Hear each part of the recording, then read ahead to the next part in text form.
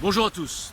Alors, depuis quelques mois, j'ai compris enfin que la communication politique n'était pas une science exacte et que les démonstrations ne servaient à rien tant qu'on n'avait pas desserré les freins psychologiques. Alors parmi les freins, je les ai listés plusieurs fois. Il n'y a pas besoin d'être psychologue pour comprendre les freins. Je mettrai un petit document en pièce jointe.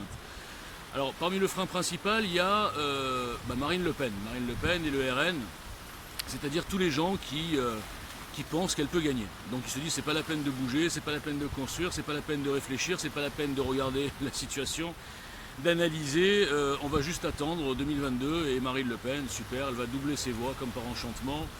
Et on va dire même les abstentionnistes vont revenir pour voter pour un parti de 48 ans d'âge. Bon, il y a ce frein-là. Et vous avez vu, moi j'arrive pas à le desserrer, hein. J'ai beau faire ce que je veux, sans aucune diffusion, psychiatrisation, etc. Donc c'est difficile pour moi. Donc j'ai un peu abandonné, il faut dire la vérité. Mais j'observe. Et ce que j'observe, c'est que la parole commence à se libérer. Il commence à y avoir pas mal de comptes sur Twitter qui commencent à dire ouvertement ce que je dis moi, enfin ouvertement, eux ils sont sous pseudo, mais qui commencent à dire en tout cas avec leur pseudo, ce que je dis et démontre depuis 3 ans à visage découvert. Alors c'est bien, on avance. Mais alors maintenant il va apparaître un autre frein, et c'est vrai que c'est la question qui suit. Ouais mais alors attendez, ok d'accord Marine Le Pen, bon c'est vrai, il faut être honnête, aucune chance. Ok, le RN non plus, et le RN avec Marine Le Pen, n'en parlons pas. Ok, mais alors qui? Et les gens partent dans la fameuse question, mais qui pour remplacer Marine Le Pen? Qui? Bon. Moi ça fait 3 ans que je parle d'un quoi, mais bon je ne vais pas détailler ça encore une fois.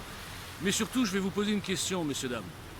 Quand vous dites un qui, vous imaginez qu'il faut quelqu'un avec un gros charisme, un gros caractère, une carte de visite, un surhomme quoi.